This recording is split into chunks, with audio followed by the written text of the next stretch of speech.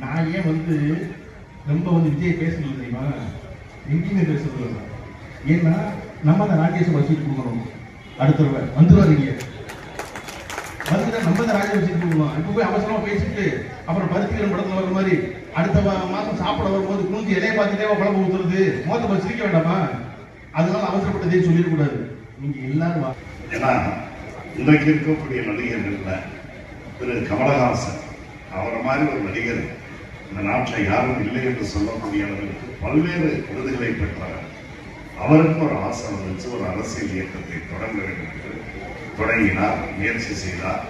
அந்த முயற்சி முழுமையான வெற்றியை பெற முடியவில்லை என்பதை உணர்ந்த நிலையிலே தான் தலைவர் அவர்கள் அவரையும் அரவணைத்துக் கொண்டு இன்றைக்கு நாடாளுமன்ற உறுப்பினராக ராஜ்யசபா உறுப்பினர் பதவியை கொடுத்திருப்பதைத்தான் அண்ணன் பழனியப்பன் அவர்கள் சுருசமாக சுட்டிக்காட்டி இருக்கிறார்கள்.